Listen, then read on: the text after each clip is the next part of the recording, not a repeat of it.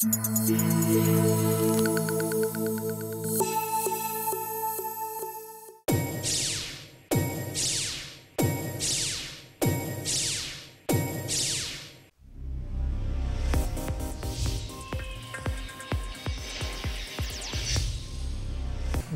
que está entrando no ar o programa Estação Hamburgo. Não sei se é verdade, vamos saber a partir de agora. Estação Hamburgo melhor do que pão com banha. Do 25 de julho? Do 25 de julho. Não, mas não tem problema. Melhorou aqui? Tá tudo tranquilo? Agora sim. Vamos que vamos. Muito boa noite, Márcio. Muito boa noite. Gerhardt. Muito boa noite. Um prazer vê-lo aqui, né? Tu estavas na Praça do Imigrante agora? Não. Veio de lá? Eu só consegui até em casa tomar banho e voltar pra cá. Saí do trabalho, fui pra casa, tomei um banho e voltei. Eu mal consegui passar na Praça do Imigrante. Tava bastante tanta gente que tem lá. Que legal. Que legal. Coisa boa, né? Que legal. Por isso que eu disse, esse país parece o Juca Chaves cantando, né? Ele cantando a música, esse é um país que vai pra frente, e ele caminhando pra trás. Pô, cara, o cara é demais. Menestral. Mesmo, né? Menestral. Giovanni. Mais uma vez aqui, né? É um prazer te ver com essas tatuagens todas aqui, uma certa inveja aqui, mas tudo bem. Não, mas sempre é tempo, né? Sempre é tempo, né? Quer dizer que eu posso ter 64 anos e ainda fazer uma tatuagem tranquilo. Um guri com 64. Podemos falar sobre isso hoje, hein? Quem é que faz mais tatuagens? São os jovens, são os de meia idade, mais mulheres, mais homens, mais barrigudo, mais careca? Depois a gente... Um pouco de cada, né? Um pouco de cada, muito bem. David Chu! Boa noite. Tudo bem, David? Tudo bem, já vamos abrir aqui, né, deixando aquele abraço pro Rodrigo, né? Queria felicitar ele pessoalmente aqui, né? Me convocou pra hoje, mas não me disse por quê. Agora que eu fiquei sabendo. Deve estar rolando um churrasco, ele né? tá na frente do Não nos convidou. A verdade é que não nos convidou. Eu disse, os caras que eu não gosto muito, eu vou mandar pra Estação Hamburgo. Vai, beleza. Eu acho que ele fez isso. A gente veio aqui fazer o trabalho sujo. Eu vou ocupar aquela turma lá. Vou ocupar eles, porque senão eles vão vir aqui. Vão ficar me ligando. Perguntando aí que eu tô. E vão querer comer o churrasco. Mas aqui, ó, Rodrigão, aquele abraço, feliz aniversário. Uma das novas amizades desses últimos anos que faço questão de manter por muito tempo. É uma pessoa espetacular. Eu te diria que é uma grande amizade, né? Exato. Uma amizade de peso. Proporções. Né? Coisa boa. Vamos lá, vamos falar com o Tobias. Muito boa noite, mais uma vez. Tobias é Galvão? Não é Falcão. Falcão. Mas tá pertinho, Galvão, Falcão. O Tobias, por quê? Gavião, águia. O Gavião é perigoso. Aí, Facão também não serve. Não serve. Não. A gente faz tudo muito bonitinho, tudo certinho. Mas Falcão é como o jogador ou... Dizem que a família Falcão é proveniente de uma só, né? De uma só linhagem. Mas não é da mesma... Não é tão... Se é parente, não é próximo. Todo mundo voa. Todo mundo rápido, voa. Né? Voa na velocidade mais lenta. Muito importante isso, né? Márcio Guerra, Sim. Vamos falar um pouquinho de política hoje? Vamos. O que a gente tem para falar de política? Aconteceu no centro, 18 horas, 18h30 hoje, em Novo Hamburgo, né? Novo Hamburgo que às vezes não tem aquela efervescência tão grande em relação à política, principalmente essa política a favor de Lula ou contra Lula. No caso de hoje foi contra, né? Essa iminente prisão ou não, tudo isso que está acontecendo no nosso país. O que tu tem para dizer, Márcio? Eu na verdade só o que eu acompanhei foi rapidamente ali pelo próprio Face, né? Alguns vídeos que estavam rolando. Não deu para ter ideia do número de pessoas, mas me pareceu ter bastante gente até. Eu não sei realmente se a conotação foi Lula ou se foi a questão do julgamento como um todo. Né? Porque essa questão do julgamento, retirando a questão jurídica, a discussão jurídica e as questões de discussão constitucional, ele é um risco muito alto. Né? Eu acho que, havendo a liberação ou a impossibilidade de prisão após o julgamento de segundo grau, nós vamos sofrer na carne ainda mais com a questão da falta de segurança. Infelizmente, eu acho que é uma realidade, e eu acho que é um fato. Porque não vai ser o Lula que não pode ser preso. Vão ser vários outros que não serão presos e que talvez deveriam estar excluídos do convívio com a sociedade. Assim como talvez vários outros que possam voltar ao convívio sem condições desse convívio, né? Tem outro lado, tem outro viés daquela pessoa que está indevidamente preso e que eventualmente haveria uma reversão em 3º grau da condenação dele, né? Mas eu não acho que isso seja expressivo, eu não vejo, não trabalho na área também para poder ter um número exato, né? Ou ter um número melhor disso, mas eu acho muito difícil isso acontecer. Pelos cartazes lá quando eu passei, muitos cartazes pedindo, realmente, colocando Lula na cadeia. Colocando Lula mesmo, especificamente. Muito específica, assim, né? E no momento que eu passei, que foi mais ou menos por volta de 7 horas da noite, 19 horas, devia ter mais ou menos de 500 a 600 pessoas lá na Praça do Imigrante. Então foi um movimento para Novo Hamburgo, já é um movimento significativo. Significativo, porque nos últimos que teve era pouca gente, né? Questão de 200, 300 pessoas, talvez. Vamos ver o que vai acontecer por aí. Alguém quer comentar sobre esse assunto ainda também? Não? É uma questão da nossa cidade, como você falou, Fernando. É difícil ter as manifestações pró, contra, a favor, que seja. Porque o pessoal de Novo Hamburgo, eu acho que não gosta de tomar uma posição publicamente. Então, por isso que nossas passeatas, independente se é pró ou não, se quer a saída ou não, essa é uma questão judicial, não é uma questão política. Eles estão em cima do muro? O cidadão hamburguense, ele não toma uma decisão de que lado está, porque o vizinho vai apontar para ele. Se eu tomar minha posição política aqui na mesa, tu vai apontar. Se tu tomar a tua posição, eu vou te apontar. Nós, cidadãos hamburguenses, não temos uma formação política para poder defender a nossa ideologia. A gente fica em cima do muro. Porque eu tenho um negócio com a tua empresa, ou eu tenho um negócio com a empresa do Márcio, então eu não vou tomar um partido. Então eu acho que temos essa cultura ainda, infelizmente. Me parece que as cidades pequenas, e nesse aspecto Novo Hamburgo se apequena diante disso. Para esse tipo. Nas grandes capitais, claro, daí... Só que nós somos uma grande cidade, nós somos um exemplo de cidade, nós já fomos a capital nacional do calçado e nós ainda não temos uma posição, nós ficamos em cima do muro, porque a gente precisa dos dois lados, então não tomamos uma decisão. Qual é o partido de Novo Hamburgo? Ninguém sabe. Qual é o partido do cidadão hamburguense? É o partido que vier bem naquele momento ser adequado... Isso aí. Mas, Giovanni, eu penso que... determinado grupo de pessoas. Que tu tá certo na medida em que eu acho que é consenso que eu acho que é o Brasil inteiro num consenso, que deve-se ser anticorrupção, né? Exato. Ser a favor da honestidade, sermos a favor da probidade do administrador, para que ele tenha realmente na sua agenda política, né, o que tem lá na Constituição, que ele seja uma pessoa... um democrata, uma pessoa que seja institucionalmente correta e que não vá prejudicar a população, né, independente da bandeira, né? Independente da bandeira. Então, melhor ainda a tua colocação. Essa bandeira que eu acho que é preciso ser levantada, e essa bandeira, ao mesmo tempo que é muito legítima, está sendo utilizada de uma forma política absolutamente errada, apoiando este ou aquele, porque eu vi várias camisetas nas manifestações de um candidato a presidente que não necessariamente corresponde a essa ideologia.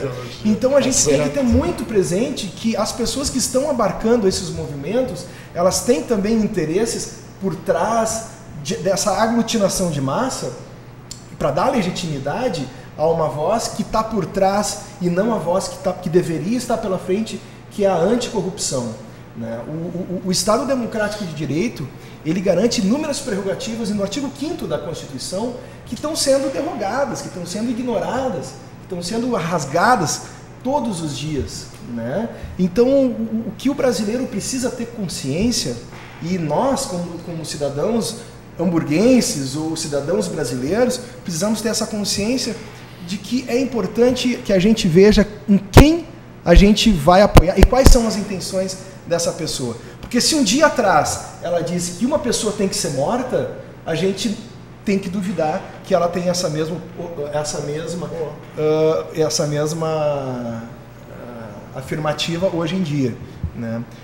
É importante a gente saber que a corrupção, ela sempre existiu e ela sempre vai continuar existindo em qualquer lugar do planeta, porque ela é inerente à condição humana. Mesmo se o regime militar... Independente do regime. Igual. Independente do regime. A corrupção começou em 1500. Antes. A corrupção começou antes. Começou antes, mas quando o Cabral vem e troca espelhinho a corrupção existia pela cultura, Judas. pela nossa cultura. Então, assim, a gente tem que saber que a corrupção não é de hoje e sempre vai existir e sempre existiu. O que é importante que a gente faça é que a gente tenha que não tolerar mais isso, não aceitar mais isso. E entender que as bandeiras que estão sendo levantadas não estão sendo levantadas puritanamente. A gente tem que perder essa inocência, deixar de vir com um discurso infantil, que é o que está acontecendo, a infantilização da política, defendendo uma ou outra bandeira, acreditando que aquele discurso puritano vai ser implantado no Brasil de forma milagrosa. A gente sabe que o sistema político brasileiro hoje é um sistema parlamentarista, é um presidencialismo enrustido. O presidente não tem governabilidade se ele não tiver um apoio na Câmara. Tem solução, Tobias? O país tem solução?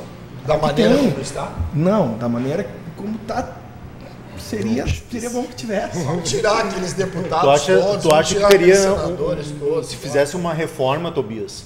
Tu acha que teria uma saída? Reforma? Uma reforma política mesmo no Brasil.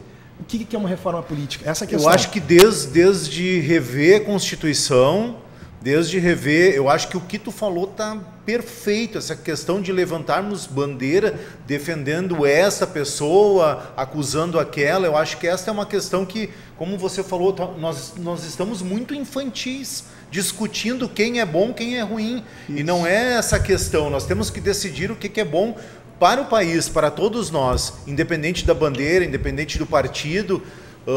E isso que eu te pergunto, será que existe uma forma de nós fazermos alguma coisa para mudar essa questão, esse cenário atual? A única certeza que eu tenho é que a democracia é o melhor caminho.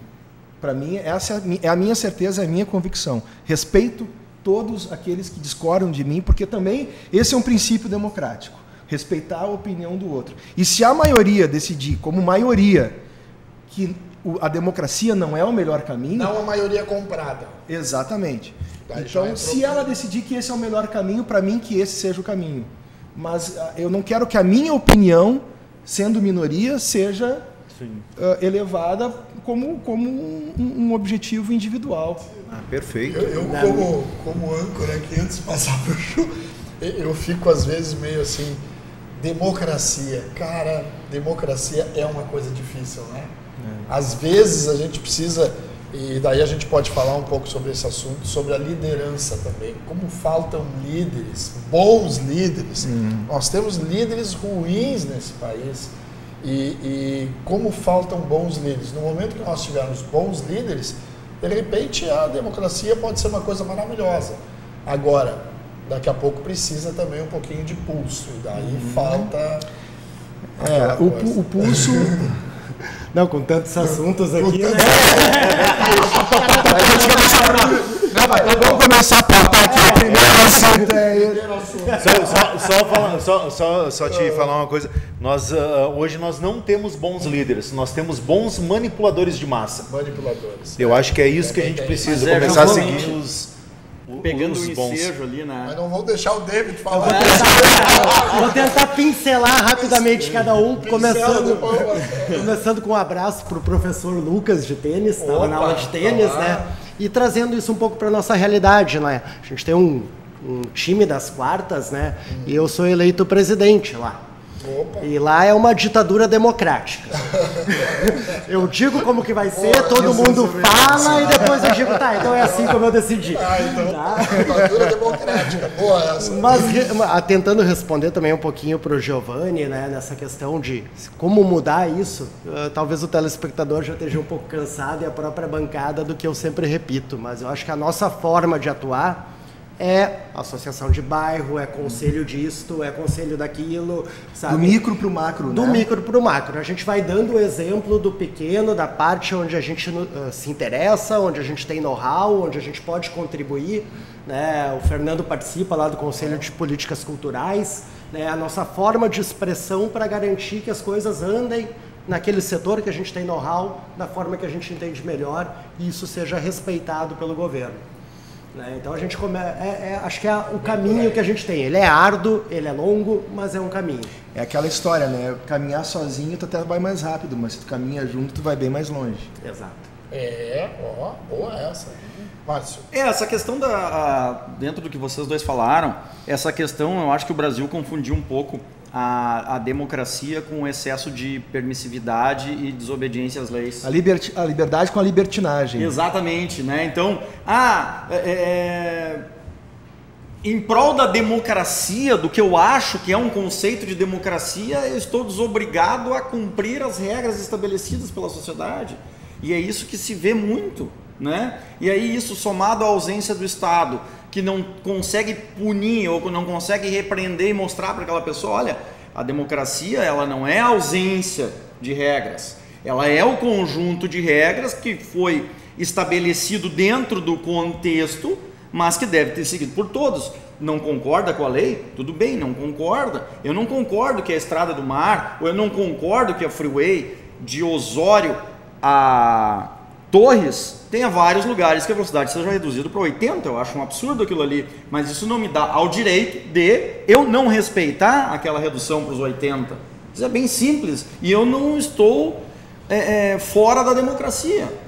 Mas no Brasil, infelizmente, nas últimas gerações, veio esse conceito.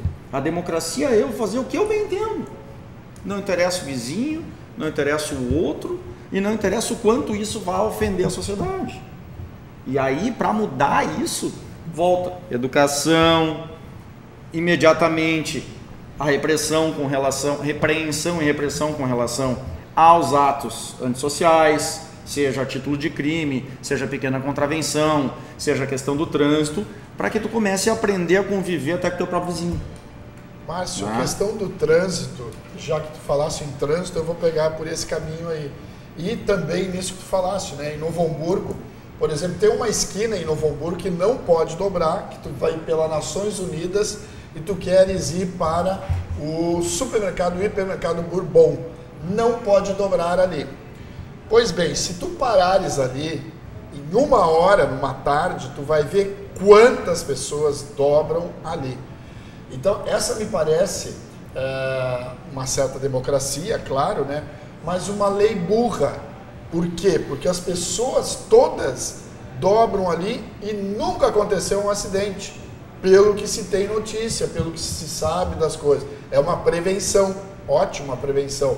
Mas e daí? O trânsito está lá, faz isso com a gente, não deixa dobrar, e daí? Mas o brasileiro ele é um pouco... Mas é a regra. De outra forma. É a regra. Tem que resolver. Né? Aí os usuários vão para a prefeitura, vão pegar, Exatamente. vão fazer uma reunião, vão dizer, olha, aquela situação assim assado, o fluxo, né? Agora não te permite descumprir a regra. Claro que não. Agora, na democracia, tu pode juntar força e tentar mudar a regra. Vou fazer um abaixo-assinado. Então, como é que eu tu vou falasse fazer? uma coisa importante, porque a acepção de democracia vem do grego. Demo, povo, kratos, né? Então, democratos é o conceito do poder do povo. Kratos significa poder. Então, a junção de poder e povo vem exatamente disso. Vamos fazer um abaixo-assinado, vamos lá bater a porta, vamos lá votar naquele para aquele ser nosso representante. Sim. Então, assim, essa é a acepção básica inicial. Vamos botar um marco. Democracia, então, é o poder do povo, certo? O grego já disse isso. A partir daí, inúmeros conceitos de democracia foram estabelecidos. O Norberto Bobbio, que é um pensador jurídico italiano, um cara respeitadíssimo em todo o mundo jurídico e também da literatura de história e ciência política, ele faz uma análise muito importante da importância das regras do jogo para a democracia. Ele tem um livro que fala exatamente sobre isso, o título dele é isso, a importância da regra do jogo no âmbito constitucional. Então, a partir do momento que tu modificar a Constituição e disser o seguinte, a partir do momento em que o segundo grau de decisão, em que o segundo grau de jurisdição definir que deva ser executada uma pena, eu vou ser totalmente a favor. Mas a partir do momento em que existe uma lei, no artigo 5º, inciso 52, que diz que a execução da pena só deve ser realizada quando o trânsito em julgado. Quando termina o trânsito julgado? Quando acaba a decisão do STF ou STJ. Então, aí no gancho que tu falasse, que é muito importante, hoje virou uma palhaçada. Hoje o juiz, o desembargador decide conforme o freguês. Né? Tem vários entendimentos. Tem vários, o entendimento muda de uma semana para outra. Eles rasgam a Constituição e dizem que aquela lei que está escrito não é constitucional. Mas como ali está na Constituição, como é que não é constitucional? E a gente acaba comprando essa versão por causa de um ou por causa do outro, porque eu não gosto desse ou porque eu não gosto daquele, mas no total a gente acaba rasgando a Constituição todos os dias, sem querer ou querendo. Mas no caso de amanhã, por exemplo, que vai ser mais um Grenal que vai acontecer, no caso de amanhã, para mim, na minha visão, e vejo que na visão de muitos juristas, inclusive do jurista que fez um dos caras que criou a Constituição, né, fez um parecer essa semana, dizendo que está muito claro na Constituição que tu só pode ser preso a partir do momento em que tiver a decisão de segunda instância. O que não quer dizer... De última instância. Isso. O que eu falei? De segunda instância. Perdão, de última instância. O que não quer dizer que a pessoa não possa ser presa em qualquer momento do processo. O artigo 312 do Código de Processo Penal é muito claro nesse sentido. E ele diz que a partir do momento em que houver um risco à ordem pública, a pessoa pode ser presa. Deve ser presa, não é que pode, ela deve ser presa. Então, essa questão de criar um marco da prisão, da execução da prisão, a partir do segundo grau, me parece absolutamente inconstitucional, independente de quem seja a pessoa. Independente, pode ser o Cunha, pode ser o Lula, pode ser quem for, pode ser o corrupto que for, pode ser o honesto que for, nos atinge. Atinge a ti, atinge a cada um que está nessa banca. E os nossos direitos democráticos da Constituição serão rasgados se essa decisão... Mas, Tobias, não atinge mais a ordem pública quando tu permite que corruptos permaneçam impunes? Não só impune, como permaneçam numa atividade criminosa. Se ele não tá tendo como ter uma atividade criminosa... Ele não está interferindo na ordem pública. Não interfere na ordem pública. Agora, se como Cunha, que tinha um mandato, né? E sim, estava ali diariamente, de uma forma muito clara, realizando atos prejudiciais à ordem pública, vai ser preso. E nada impede que a pessoa seja presa até o final do curso do processo. O próprio caso das empreiteiras continuaram mantendo o esquema mesmo depois de um ano. Mesmo agora. E te digo mais, olha só, a questão desse habeas corpus amanhã, ele não tem efeito erga omnes. Para quem não sabe, efeitos erga omnes é o efeito que se estende a todos, né? Ele tem um efeito individual sobre aquela ação. Abre-se um precedente de acordo, se houver, né, a denegação ou a aprovação do habeas, né, que ele for concedido habeas, não se estende aos outros políticos. Mas aí vai chover habeas, né?